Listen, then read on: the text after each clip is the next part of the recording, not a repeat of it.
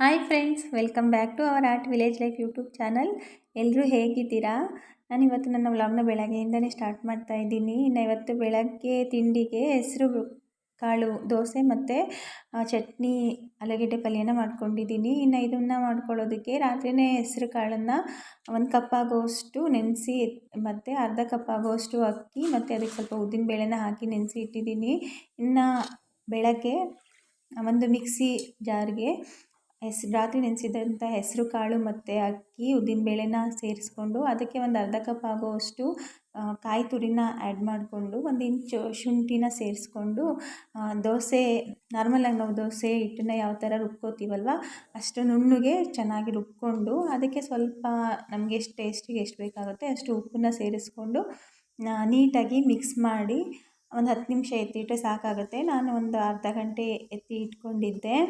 ಇನ್ನು ಅಷ್ಟರಲ್ಲಿ ಹೊರಗಡೆ ಕೋಳಿ ಕೂಗ್ತು, ನೋಡೋಣ ಅಂತ ಹೋದೆ.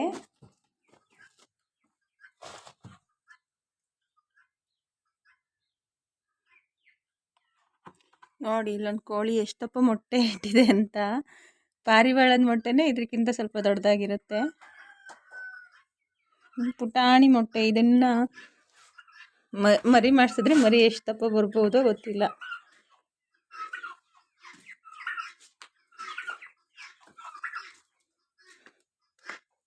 ಅದು ಮೊಟ್ಟೆ ಎಷ್ಟು ಚಿಕ್ಕದಾಗಿದೆ ನೋಡಿ.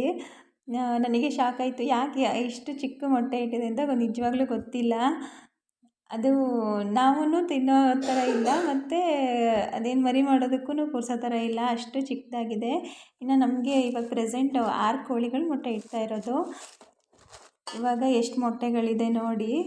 ಎಲ್ಲ ಅದೇನು ಕವರ್ ಇದೆ ಅದ್ರ ಕೆಳಗಡೆದು ಸ್ವಲ್ಪ ಫ್ರೆಶ್ ಮೊಟ್ಟೆ, ಇದೊಂದು ಮೇಲ್ಗಡೆ ಇರೋದು ಸ್ವಲ್ಪ ಹಳೆ ಮೊಟ್ಟೆ. ಹಾಗಾಗಿ ಫಸ್ಟ್ ಅದನ್ನು ಯೂಸ್ ಮಾಡ್ಕೊಳ್ಳೋಣ ಅಂತ ಹೇಳಿಬಿಟ್ಟು ಅದು ಒಂದು ಲೇಯರ್ನ ಮಾಡಿ ಇಟ್ಟಿದ್ದೀನಿ.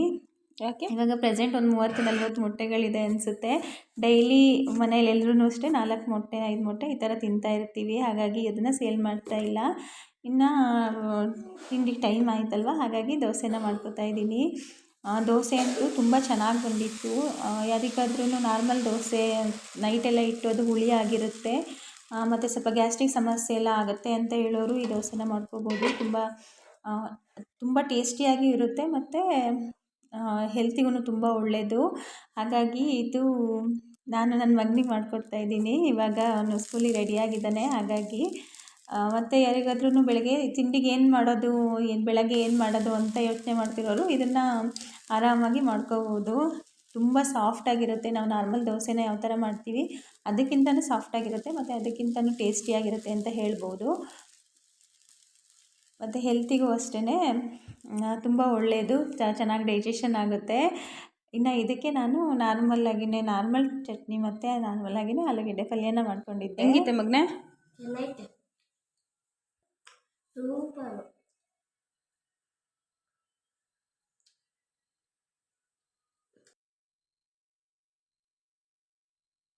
ಇನ್ನು ಅವನಿಗೆ ಲಂಚ್ ಬಾಕ್ಸಿಗೆ ಪುಟಾಣಿ ದೋಸೆ ಮಾಡಿಕೊಡ್ಬೇಕು, ಆವಾಗ ಅವನಿಗೆ ಇಷ್ಟ ಆಗುತ್ತೆ. ಹಾಗಾಗಿ ಅದು ಲಂಚ್ ಬಾಕ್ಸಿಗೆ ಮಾಡಿದ್ದೆ. ಇನ್ನು ಅವನು ಸ್ಕೂಲಿಗೆಲ್ಲ ಹೋಗಾದ್ಮೇಲೆ ನನ್ನ ಹಸ್ಬೆಂಡ್ ಇನ್ನು ಜೋಳನ ತಗೊಂಡೋಗಿ ಪುಡಿ ಮಾಡಿಸ್ಕೊಂಡು ತಗೊಂಡು ಬಂದಿದ್ದರು. ಇನ್ನು ಕೋಳಿಗಳಿಗೆ ಜೋಳ ಮತ್ತು ಜೋಳದ ಪುಡಿ ತುಂಬ ಒಳ್ಳೆಯದಲ್ವ, ಹಾಗಾಗಿ ಇನ್ನು ಅದ್ರ ಜೊತೆ ಸ್ವಲ್ಪ ಕಡಲೆಕಾಯಿ ಹಿಂಡಿನ ಒಂದು ಅರ್ಧ kg ತಗೊಂಡು ಅದಕ್ಕೆ ಮಿಕ್ಸ್ ಮಾಡಿ ಇಟ್ಟಿದ್ದರು. ಅದನ್ನು ನಾನು ಕವರಲ್ಲೇ ಇಟ್ಟರೆ ಬೇಗ ಹುಳುವಾಗ್ಬಿಡುತ್ತೆ, ಹಾಳಾಗಿಬಿಡುತ್ತೆ ಮತ್ತು ಗಾಳಿ ಎಲ್ಲ ಹೋಗ್ಬಿಟ್ರೆ ಅದೊಂದು ಸ್ವಲ್ಪ ಮೆತ್ತಗಾಗ್ಬಿಡುತ್ತೆ ಅಂತ ಹೇಳಿ ಈ ಥರ ಒಂದು ಬಾಕ್ಸಿಗೆ ಹಾಕಿ ತುಂಬಿ ಇಡ್ತಾಯಿದ್ದೀನಿ. ಈ ಥರ ಇಟ್ಟರೆ ಗಾಳಿ ಆಡಲಿಲ್ಲ ಅಂದರೆ ಚೆನ್ನಾಗಿರುತ್ತೆ. ಒಂದು 15 ಡೇಸ್ ಎಲ್ಲ ಕೋಳಿಗಳು ಚೆನ್ನಾಗಿ ತಿನ್ನುತ್ತವೆ. ಈಗ ಕೋಳಿಗಳು ಸ್ವಲ್ಪ ಮೊಟ್ಟೆ ಇಡ್ತಾ ಇರೋದ್ರಿಂದ ಬೆಳಗ್ಗೆ ನಾರ್ಮಲಾಗಿ ಜೋಳನ ಹಾಕ್ತೀವಿ. ಇನ್ನು ಒಂದು 12 ಗಂಟೆ ಅಷ್ಟರೊಳಗೆಲ್ಲ ಅವನು ನ್ಯಾಚುರಲಾಗಿಯೇ ಮೇಯ್ಕೊಳ್ಳುತ್ತೆ. ಮತ್ತು ನಾನೀಗ ಒಂದು 3 ಗಂಟೆಗೆಲ್ಲ ಇದು ಫುಡ್ಡನ್ನ ಕೊಡ್ತಾಯಿದ್ದೀನಿ. ಏಕೆಂದರೆ ಒಂದು 12 ಗಂಟೆಯಿಂದ ತುಂಬ ಬಿಸಿಲಿರುತ್ತಲ್ವ, ಆ ಟೈಮಲ್ಲಿ ಅವು ಏನೂ ಫುಡ್ಡನ್ನ ತಗೊಂಡಿರಲ್ಲ. ಹಾಗಾಗಿ ಇದನ್ನು ಹಾಕ್ತಾಯಿದ್ದೀನಿ. ಇದಕ್ಕೆ ಸ್ವಲ್ಪ ನೀರನ್ನ ಕಲಿಸ್ಕೊಬಿಟ್ಟು ಹಾಕಿದ್ರೆ ತುಂಬ ಚೆನ್ನಾಗಿ ತಿನ್ನುತ್ತೆ. ಡ್ರೈ ಹಾಕಿದ್ರೆ ಗಂಟ್ಲಿಗೆಲ್ಲ ಸಿಗಾಕೊಳ್ಳುತ್ತಲ್ವ, ಹಾಗಾಗಿ ಅಷ್ಟು ಕಂಫರ್ಟಾಗಿ ತಿನ್ನಲ್ಲ. ಈ ಥರ ಚೆನ್ನಾಗಿ ನೀರು ಹಾಕಿ ಕಲಿಸ್ಬಿಟ್ಟು ಕೊಟ್ಟರೆ ಎಷ್ಟು ಹಾಕಿದ್ರೂ ಚೆನ್ನಾಗಿ ತಿನ್ನುತ್ತೆ ಮತ್ತು ತುಂಬ ಒಳ್ಳೆ ಫುಡ್ಡು. ಇನ್ನು ಕಡಲೆಕಾಯಿ ಹಿಂಡಿನೂ ಆ ನೀರಲ್ಲೇ ಚೆನ್ನಾಗಿ ನೆಂದ್ಕೊಂಡು ಆ ಜೋಳದ ಜೊತೆನೇ ಅದನ್ನು ಸಹ ಸೇರಿಕೊಂಡು ಟೇಸ್ಟು ಚೆನ್ನಾಗಾಗಿರುತ್ತೆ ಕೋಳಿಗಳಿಗೆ ಮತ್ತು ಅವಕ್ಕೂ ಸಹ ಒಳ್ಳೆ ಫುಡ್ಡು.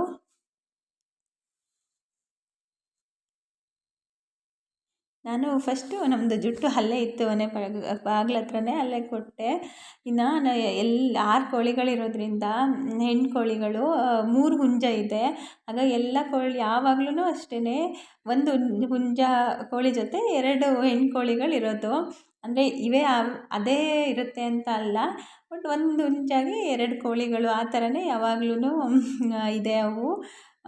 ಹಾಗಾಗಿ ಹುಂಜಗಳು ಜಾಸ್ತಿ ಜಗಳ ಮಾಡಲ್ಲ, ಏಕೆಂದರೆ ಎಲ್ಲ ಕೋಳಿಗಳ ಜೊತೆನೂ ಇರುತ್ತಲ್ವ. ಹಾಗಾಗಿ ಇನ್ನು ಈ ಕಡೆ ಉಳ್ದಿದ್ದ ಕೋಳಿಗಳೆಲ್ಲ ಇದು ಮನೆಯಿಂದ ಲೆಫ್ಟ್ ಸೈಡ್ ಇದೆ, ಉಳ್ದಿದ್ದ ಕೋಳಿಗಳೆಲ್ಲ ಮನೆಯಿಂದ ಆ ಕಡೆ ಸೈಡ್ ಇದ್ವು. ಸ್ವಲ್ಪ ಅಲ್ಲಿ ನೆರಳಿತ್ತು ಜಾಸ್ತಿ, ಮತ್ತು ಕಣ ಆ ಕಡೆನೇ ಇದೆ ಅಲ್ವಾ, ಅಂದರೆ ಭತ್ತ ಮತ್ತು ರಾಗಿ ಎಲ್ಲ ಜಾಸ್ತಿ ಅಲ್ಲಿರೋದ್ರಿಂದ ಈ ಕೋಳಿಗಳು ಆ ಸೈಡ್ ಜಾಸ್ತಿನೇ ಇರುತ್ತೆ.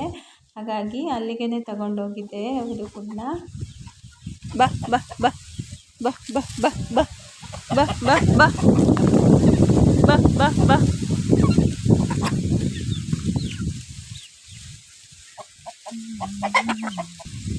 ಬಾ ಬಾ ಬಾ ಬಾ ಬಾ. ಈ ಎಲ್ಲ ಕೋಳಿಗಳನ್ನು ಆಲ್ರೆಡಿ ಒಂದು 10-12 ಮೊಟ್ಟೆ ಇಟ್ಟಾಗಿದೆ. ಅದು ಫಸ್ಟ್ ಟೈಮ್ ಇಟ್ಟಿರೋದನ್ನು ಸಹ ಜಾಸ್ತಿನೇ, ಏಕೆಂದರೆ ಫುಡ್ ಚೆನ್ನಾಗಿ ಕೊಟ್ಟರೆ ಅವು ನಾಟಿ ಕೋಳಿನೇ ತುಂಬ ಮೊಟ್ಟೆಗಳು ಸಿಗುತ್ತೆ. ಅದು ಒಂದು ಬ್ಲ್ಯಾಕ್ ಕಲರ್ ಫೈಟರ್ ಕೋಳಿ ಇದೆಯಲ್ವ, ಅದು ಲಾಸ್ಟ್ ಟೈಮ್ 90 ಮೊಟ್ಟೆನೇ ಇಟ್ಟಿತ್ತು. ಅದಂತೂ ನಿಜವಾಗ್ಲೂ ಆಶ್ಚರ್ಯ. 3 ಮಂತ್ಸ್ ಕಂಟಿನ್ಯೂಸ್ ಆಗಿ ಒಂದು ದಿನವೂ ಮಿಸ್ ಇಲ್ದಾಗೆ 90 ಮೊಟ್ಟೆನ ಮಾಡಿದ್ದು. ನಿಮಗಂತೂ ನಾಟಿ ಕೋಳಿನೇ ಅಷ್ಟು ಮೊಟ್ಟೆ ಇಟ್ಕೊಳ್ಳುತ್ತೆ ಅನ್ನೋದಾದರೆ ನಿಜವಾಗ್ಲೂ ಬೇರೆ ಈ ಗಿರಿರಾಜ ಮತ್ತು ಅದು ಸ್ವರ್ಣಧಾರ ಮತ್ತು ಇವಾಗ ಯಾವುದೋ ಕ್ಷೀರಧಾರ ಅಂತೆಲ್ಲ ಬಂದಿದೆಯಂತೆ, ಅದಕ್ಕಿಂತ ಈ ನಾಟಿ ಕೋಳಿನೇ ಬೆಸ್ಟ್ ಅಂತ ಅನಿಸುತ್ತೆ. ಮತ್ತು ಇವನು ಯಾವ ಥರ ಅಂದರೆ ಮನೆಯ ಒಂದ್ಸಲ ಎಲ್ಲ ಎದುರಿಸ್ಬಿಟ್ರೆ ಮನೆ ಬಾಗಿಲ ಹತ್ರ ಎಲ್ಲ ಬರೋದು, ಗಲೀಜು ಮಾಡೋದು ಆ ಥರ ಎಲ್ಲ ಇಲ್ಲ. ಹಾಗಾಗಿ ಇನ್ನು ಎಲ್ಲ ಫುಡ್ ಹಾಕಿ ನನ್ನ ಹಸ್ಬೆಂಡ್ ಎಲ್ಲ ಸಹ ಬಂದು ಅಲ್ಲಿ ಹಸುಗಳಿಗೆ ಮೇವು ಹಾಕೋಣ ಅಂತ ಹೋದ್ವಿ. ಅಷ್ಟರೊಳಗೆ ಸೀಬೆ ಹಣ್ಣು ಹಣ್ಣಾಗಿತ್ತು. ಎಷ್ಟು ದೊಡ್ಡದಿದೆ ನೋಡಿ.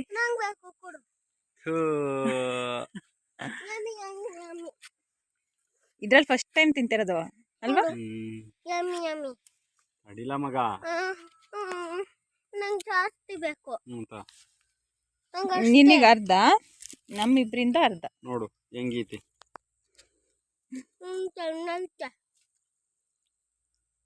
ಅಲ್ಲಿ ರಕ್ತ ನನಗೆ ಮೇಲೆ ಶೂಟಿಗೆ ಸೀಬೆಹಣ್ಣಿನ ಫ್ಲೇವರ್ ಹೆಂಗಿರ್ಬೇಕು ಹಂಗಿತ್ತು ನೋಡು. ನಾಟಿ ಸೀಬೆ ಇಲ್ಲೇ ಮಮ್ಮಿ ನೋಡ, ಹಿಂಗೆ ಇಟ್ಕೊಡೋತ್ತಿಗೆ ಹಿಂಗೋಯ್ತು. ಸ್ವೀಟು.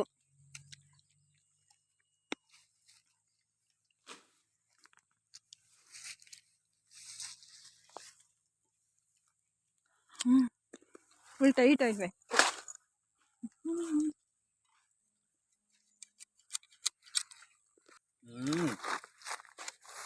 ಮರ್ದಪ್ಪ ಆಯ್ತು, ಕೊರ್ದೋಯ್ತು ಪಾಪ. ಅಲ್ಲಿ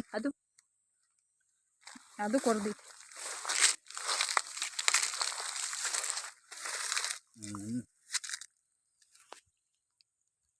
ಮರ ಎಕ್ಸ್ಪೆಂಡ್ ಆಗ್ತಾ ಇದಾವೆ.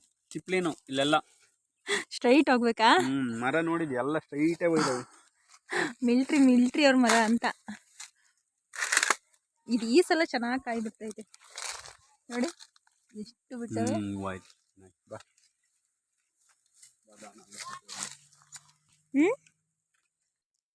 ಇನ್ನು ನಮ್ಮದು ಕುರಿ ಅಂತೂ ನಾವು ಎಲ್ಲರೂ ಎಲ್ಲಿ ಹೋಗ್ತೀವಿ ಅಲ್ಲಿ ನಮ್ಮ ಹಿಂದೆನೇ ಬರೋದು. ಇವಾಗಂತೂ ನಮ್ಮ ಜೊತೆನೇ ಎಲ್ಲ ತುಂಬ ಚೆನ್ನಾಗಿ ರೂಢಿಯಾಗಿಬಿಟ್ಟಿದೆ.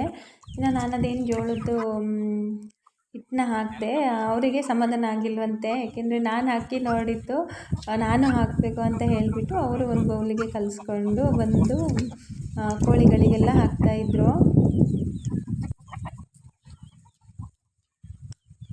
ಇವಾಗ ಕೋಳಿಗಳಿಗೆ ತುಂಬ ಬಿಸಿಲಿರೋದ್ರಿಂದ ಅವಕ್ಕೆ ಫುಡ್ಗಿಂತನೂ ಮೇಯ್ನ್ ನೀರು ಚೆನ್ನಾಗಿ ಕೊಡಬೇಕು. ನೀರು ಚೆನ್ನಾಗಿ ಕೊಟ್ಟರೆ ಕೋಳಿಗಳು ಚೆನ್ನಾಗಿ ಫುಡ್ಡು ತಿನ್ನೋದಕ್ಕೂ ಸಹ ಹೆಲ್ಪ್ ಆಗುತ್ತೆ. ಹಾಗಾಗಿ ಯಾವಾಗಲೂ ಸಹ ನೀರು ಇರಲೇಬೇಕು. ನಾವು ಯಾವುದಾದ್ರೂ ಈ ಥರ ಒಂದು ಪಾತ್ರೆಯಲ್ಲಿ ನೀರು ಹಾಕಿ ಯಾವಾಗಲೂ ಇಟ್ಟಿರ್ತೀವಿ. ಕೋಳಿಗಳು ನನಗಿಂತ ಜಾಸ್ತಿ ಅವ್ರ ಹತ್ರನೇ ಜಾಸ್ತಿ ಫ್ರೆಂಡ್ಲಿಯಾಗಿರೋದು. ನಾನು ಕರೆದ್ರೆ ಇಷ್ಟು ಬೇಗ ಎಲ್ಲ ಬರೋಲ್ಲ. ನಾನೇನಾದರೂ ಹಾಕಬೇಕು ಓಕೆ ಫುಡ್ ಅಂದರೆ ನಾನು ಅವು ಎಲ್ಲಿರುತ್ತವೋ ಅಲ್ಲಿಗೆ ಹೋಗಬೇಕು. ಬಟ್ ಇವ್ರಿಗೆ ಹಾಗಲ್ಲ, ಇವ್ರು ಎಲ್ಲಿರುತ್ತಾರೋ ಅಲ್ಲಿಗೆ ಎಲ್ಲ ಬರುತ್ತೆ ಕೋಳಿಗಳು. ಎಲ್ಲ ಪ್ರಾಣಿಗಳು ಅಷ್ಟೇ ಅವ್ರ ಜೊತೆ ಚೆನ್ನಾಗಿ ಹೊಂದ್ಕೊಂಡಿರೋದು. ಇವು 3 ಸ್ಪೆಷಲ್ ಅಂದರೆ 3 ಬ್ಲ್ಯಾಕ್ ಕಲರ್ ಕೋಳಿಗಳನ್ನು ಮೊಟ್ಟೆ ಇಡ್ತಾ ಇರೋದು. ಎಷ್ಟು ಚೆನ್ನಾಗಿ ಕಾಣಿಸ್ತಿತ್ತು ಅಲ್ವಾ. ಬಟ್ ಅದು ಹುಂಜ ಬಂದುಬಿಟ್ಟು ಎಲ್ಲ ಹಾಳು ಮಾಡ್ತು. ಅದು ಅದೇ ಥರ ಬೇರೆ ಹುಂಜಗಳನ್ನು ಸುಮ್ಮನೆ ಹೊಟ್ಟೆ ಕಿಚ್ಚಿಗೆ ಕಡಿಯುತ್ತೆ. ಇನ್ನು ಜೋಳದ್ದು ಇದನ್ನು ಸ್ವಲ್ಪ ಕುರಿಗಳಿಗೆ ಕೊಡ್ತಾಯಿದ್ರು. ಅಂದರೆ ನಮ್ಮದು ಕುರಿ ಮರಿ ಇದೆಯಲ್ವಾ, ಅದಕ್ಕೆ ಈ ಥರ ಎಲ್ಲ ಕೊಟ್ಟು ರೂಢಿ ಮಾಡಿಕೊಂಡು ಇವಾಗ ಇವರೆಲ್ಲೋದ್ರೂ ಅವ್ರ ಹಿಂದೆನೇ ಹೋಗ್ತಾ ಇರುತ್ತೆ. ಅದೊಂಥರ ಯಾವ ಥರ ಇರುತ್ತೆ ಅಂದರೆ ಚಿಕ್ಕ ಮಕ್ಕಳು ಅಮ್ಮ ಅಮ್ಮ ಅಂತ ಹೇಳ್ಬಿಟ್ಟು ಹಿಂದೆ ಹೋಗ್ತಾ ಇರುತ್ತವಲ್ಲ, ಆ ಥರನೇ ಇರುತ್ತೆ ಸೇಮ್ ಅದು ಕುರಿಯ ಮರಿ. ಇವಾಗ ಬೆಳಗ್ಗೆ ಮತ್ತು ಸಂಜೆ 1 ಗಂಟೆ ಅದನ್ನು ಬಿಡ್ತಾರೆ. ಹಾಗಾಗಿ ರಾಗಿ ಇದು ಸೇಮ್ ಕೋಳಿಗಳ ಥರ ಕಣದ ಹತ್ರ ಹೋಗಿಬಿಟ್ಟು ರಾಗಿ ಮತ್ತು ಭತ್ತನ ತಿಂತಾ ಇರುತ್ತೆ. ಹುಲ್ಲು ಅದು ಇದಕ್ಕೆ ಸ್ವಲ್ಪ ಒಣಮೇವು ಅಂದರೆ ತುಂಬ ಇಷ್ಟ. ಹಾಗಾಗಿ ಜಾಸ್ತಿ ಕಣದಲ್ಲೇ ಮೇವು ತಿಂತಾ ಇರುತ್ತೆ. ನೋಡಿ ಯಾವ ಥರ ಹೋಗ್ತಾ ಇದೆ ಅಂತ. ತುಂಬ ಅಂದರೆ ತುಂಬ ಟಾರ್ಚರ್ ಕೊಡುತ್ತೆ ಇವರಿಗಂತೂ. ಹಿಂದೆನೇ ಹೋಗ್ಬಿಟ್ಟು, ಹಾಗಾಗಿ ನೀನು ಇಲ್ಲಿರಬೇಡ, ಅಲ್ಲಿ ಜೋಳ ಮೇಯಿ ಅಂತೇಳ್ಬಿಟ್ಟು ಅಲ್ಲಿಗೆ ಕರ್ಕೊಂಡೋದ್ರು. ಬಟ್ ಅದು ಮತ್ತೆ ವಾಪಸ್ ಅವ್ರ ಹತ್ರನೇ ಬಂತು. ಇನ್ನು ಅಷ್ಟರೊಳಗೆಲ್ಲ ಸಂಜೆ ಆಗೋಯಿತು. ಸಂಜೆ ಸ್ವಲ್ಪ ಕಾಫಿ ಜೊತೆ ಏನಾದರೂ ಸ್ನ್ಯಾಕ್ಸ್ನ ಮಾಡೋಣ ಅಂತ ಹೇಳಿಬಿಟ್ಟು ನೆನೆಸಿದಂಥ ಅಕ್ಕಿನ ಯೂಸ್ ಮಾಡಿಕೊಂಡು ಒಂದು ಬೋಂಡನ ಮಾಡಿದ್ದೆ. ಇನ್ನು ಇದಕ್ಕೆ ನಾನು ಮಧ್ಯಾಹ್ನನೇ ಸ್ವಲ್ಪ ಅಕ್ಕಿನ ನೆನೆಸ್ಕೊಂಡಿದ್ದೆ. ಈ ಅಕ್ಕಿನ ಏನು ಮಿಕ್ಸಿಗೆ ಹಾಕಿಬಿಟ್ಟು ಚೆನ್ನಾಗಿ ಗ್ರೈಂಡ್ ಮಾಡಿ ಅದಕ್ಕೆ 2 ಆಲೂಗೆಡ್ಡೆನ ಬೇಯಿಸ್ಕೊಂಡಿದ್ದೆ. ಅಂದರೆ ಫಸ್ಟ್ ಗ್ರೈಂಡ್ ಮಾಡಬೇಕಾದ್ರೆ ಸ್ವಲ್ಪ ಹೆಸರು ಕಾಳನ್ನು ಹಾಕ್ಕೊಂಡು ಗ್ರೈಂಡ್ ಮಾಡ್ಕೊಂಡಿದ್ದು. ಇನ್ನು ಇದಕ್ಕೆ 2 ಆಲೂಗೆಡ್ಡೆನ ಬೇಯಿಸ್ಕೊಂಡು ಇಟ್ಕೊಂಡಿದ್ದೆ. ಅದನ್ನು ಚೆನ್ನಾಗಿ ಗ್ರೈಂಡ್ ಮಾಡಿಬಿಟ್ಟು ಅದು ಏನು ಅಕ್ಕಿ ಮತ್ತು ಹೆಸರು ಕಾಳನ್ನು ಮಿಕ್ಸಿ ಮಾಡ್ಕೊಂಡಿದ್ದೆ. ಅದಕ್ಕೆ ಈ ಆಲೂಗೆಡ್ಡೆ ಚೆನ್ನಾಗಿ ಗ್ರೈಂಡ್ ಮಾಡಿಬಿಟ್ಟು ಸ್ವಲ್ಪನೂ ಏನೂ ತರಿ ಇರಬಾರ್ದು, ತುಂಬ ಸಾಫ್ಟಾಗಿ ಬರಬೇಕು. ಅದನ್ನು ಚೆನ್ನಾಗಿ ಮಿಕ್ಸ್ ಮಾಡಿಕೊಂಡು ಒಂದು 2 ನಿಮಿಷ ಚೆನ್ನಾಗಿ ಮಿಕ್ಸ್ ಮಾಡ್ಕೋಬೇಕು, ಎರಡನ್ನೂ ಹೊಂದ್ಕೊಳ್ಳೋ ಥರ. ಅದು ಗೊತ್ತಾಗ್ಬಿಡುತ್ತೆ, ಏನು ಬೋಂಡದ ಹಿಟ್ಟಿನ ಅದಕ್ಕೆ ಬರುತ್ತೆ, ಆವಾಗ ಗೊತ್ತಾಗುತ್ತೆ. ಇನ್ನು ಅದಕ್ಕೆ ಸ್ವಲ್ಪ ನಮಗೆ ಎಷ್ಟು ಟೇಸ್ಟಿಗೆ ಬೇಕಾಗುತ್ತೆ ಅಷ್ಟು ಉಪ್ಪನ್ನು ಸೇರಿಸ್ಕೊಂಡು ಸ್ವಲ್ಪ ಮೆಣಸಿನ ಪುಡಿ, ಖಾರ ಯಾರಿಗಾದ್ರು ಜಾಸ್ತಿ ಬೇಕು ಅಂದರೆ ಹಸಿರು ಮೆಣಸಿನ್ಕಾಯಿನೂ ಯೂಸ್ ಮಾಡ್ಕೋಬೋದು, ಅಥವಾ ಮೆಣಸನ್ನು ಕುಟ್ಟಿ ಹಾಕೋಬೋದು. ಇನ್ನು ಅದಕ್ಕೆ ಸ್ವಲ್ಪ ಖಾರ ಪುಡಿನ ಹಾಕ್ಕೊಂಡು ಸ್ವಲ್ಪ ಕೊತ್ತಂಬರಿ ಸೊಪ್ಪು ಮತ್ತು ಈರುಳ್ಳಿನ ಸೇರಿಸ್ಕೊಂಡೆ. ಅದನ್ನು ನೀಟಾಗಿ ಕಲಿಸ್ಬಿಟ್ಟು ಒಂದು 1/4 ಗಂಟೆ ಎಲ್ಲ ಎತ್ತಿ ಇಟ್ಟೆ. ಏನು ಎಣ್ಣೆ ಕಾಯೋದಲ್ವ ಆ ಟೈಮಲ್ಲಿ ಅದನ್ನ ಎತ್ತಿ ಇಟ್ಕೊಂಡಿದ್ದು. ಇನ್ನು ಈ ಕಡೆ ಎಣ್ಣೆ ಕಾಯಿದ್ಮೇಲೆ ಅದಕ್ಕೆ ಅದು ಬೋಂಡನ ಹಾಕಿ ನಾನು ಲೋ ಫ್ಲೇಮಲ್ಲೇ ಇಟ್ಟು ಚೆನ್ನಾಗಿ ಬೇಯಿಸ್ಕೊಂಡೆ. ತುಂಬ ಕ್ರಿಸ್ಪಿಯಾಗಿತ್ತು, ತುಂಬ ಚೆನ್ನಾಗಾಗಿತ್ತು. ಇದು ಕಾಫಿಗಿಂತನೂ ಯಾವುದಾದ್ರೂ ಚಟ್ನಿ ಜೊತೆ ಅಂತೂ ತುಂಬ ಒಳ್ಳೆ ಕಾಂಬಿನೇಷನ್ ಅಂತ ನನಗನ್ನಿಸುತ್ತೆ. ಬಟ್ ನನಗೆ ಕಾಫಿ ಜೊತೆ ಏನಾದರೂ ಇರಬೇಕು, ಹಾಗಾಗಿ ಇದು ಬೋಂಡನ ಮಾಡ್ಕೊಂಡಿದ್ದು. ತುಂಬ ಈಸಿಯಾಗಿ ಮತ್ತು ಯಾವುದೇ ಥರ ಹಿಟ್ಟಿಲ್ದೇ ಮಾಡ್ಕೋಬೋದು. ಇನ್ನು ಬೋಂಡ ಎಲ್ಲ ಮಾಡಿಕೊಂಡು ಕಾಫಿನ ಅದ್ರ ಜೊತೆ ಮಾಡಿಕೊಂಡು ಕಾಫಿ ಜೊತೆ ಒಳ್ಳೆ ಸ್ನ್ಯಾಕ್ಸ್ ಅಂತ ಆಯಿತು. ಇದಂತೂ ತುಂಬ ಕ್ರಿಸ್ಪಿಯಾಗಿರುತ್ತೆ. ಬೋಂಡ ಥರ ಸಾಫ್ಟ್ ಇರಲ್ಲ, ತುಂಬ ಕ್ರಿಸ್ಪಿಯಾಗಿ ತುಂಬ ಚೆನ್ನಾಗಿರುತ್ತೆ ಟೇಸ್ಟ್ ಅಂತೂ. ನಾನಿನ್ನು ಬೋಂಡ ಏನು ಈ ಕಡೆ ಬೋಂಡನ ಬೇಯಿಸ್ಕೊತಾ ಇದ್ದೆ, ಆವಾಗಲೇ ಅದು ಏನು ನಮ್ಮದು ಗಾರ್ಡನ್ ಇದೆ ಅಲ್ವಾ, ಅಂದರೆ ಅದು ಲಾನ್ ಇದೆಯಲ್ಲ, ಅಲ್ಲಿ ಕಳೆ ಎಲ್ಲ ತೆಗೆದುಬಿಟ್ಟು ಹಾಗೆ ಕಲ್ಲು ಮತ್ತು ಮಣ್ಣು ಅದೆಲ್ಲ ಇತ್ತು. ಹಾಗೆ ಅದನ್ನೇ ಕ್ಲೀನ್ ಮಾಡಿಕೊಂಡು ಹಾಗೆ ಬೋಂಡನ ಈ ಕಡೆ ಬೇಯಿಸ್ಕೊತಾ ಇದ್ದೆ. ಈಗ ಲಾನ್ ಕ್ಲೀನ್ ಮಾಡಾದಮೇಲೆ ಎಷ್ಟು ಚೆನ್ನಾಗಾಗಿದೆ ನೋಡಿ. ಇನ್ನು ಇದು ಹುಲ್ಲು ಏನದು ಹುಲ್ಲಿದೆ ಅಲ್ವಾ, ಅದು ಮಳೆಗಾಲದಲ್ಲಿ ತುಂಬ ಚೆನ್ನಾಗಿರುತ್ತೆ, ಫುಲ್ ಗ್ರೀನಾಗಿ. ಇವಾಗ ಸ್ವಲ್ಪ ಯೆಲ್ಲೋ ಕಲರ್ ಆಗಿದೆ. ಏನಕ್ಕೆ ಅಂದರೆ ಕಾರನ್ನ ಯಾವಾಗ್ಲೂ ಇಲ್ಲೇ ತಗೊಂಡು ನಮ್ಮದು ಹಿಂದೆ ಸ್ವಲ್ಪ ಶೆಡ್ ಮಾಡಿದ್ದೀವಲ್ವ, ಅಲ್ಲಿಗೆ ತಗೊಂಡೋಗಿ ಇಡ್ತಾರೆ. ಹಾಗಾಗಿ ಅದು ಸ್ವಲ್ಪ ಹುಲ್ಲೆಲ್ಲ ಯೆಲ್ಲೋ ಕಲರ್ ಆಗಿದೆ. ಇನ್ನು ಬೋಂಡ ನೋಡಿ ಎಷ್ಟು ಕ್ರಿಸ್ಪಿಯಾಗಿ ಬಂದಿದೆ ಅಂತ ಸೌಂಡಲ್ಲೇ ಗೊತ್ತಾಗ್ತಾ ಇದೆ ಎಷ್ಟು ಚೆನ್ನಾಗಾಗಿದೆ ಅಂತ. ನಾನು ಇವತ್ತಿನ ನನ್ನ ವ್ಲಾಗ್ನ ಇಲ್ಲಿಗೆ ಮುಗಿಸ್ತಾ ಇದ್ದೀನಿ. ನಮ್ಮ ವಿಡಿಯೋ ನಿಮಗೆ ಇಷ್ಟ ಆಗಿದ್ದರೆ ದಯವಿಟ್ಟು ಲೈಕ್ ಮಾಡಿ, ಶೇರ್ ಮಾಡಿ ಮತ್ತು ನಮ್ಮ ಚಾನಲ್ನ ಸಬ್ಸ್ಕ್ರೈಬ್ ಮಾಡ್ಕೊಳ್ಳಿ. Thank you.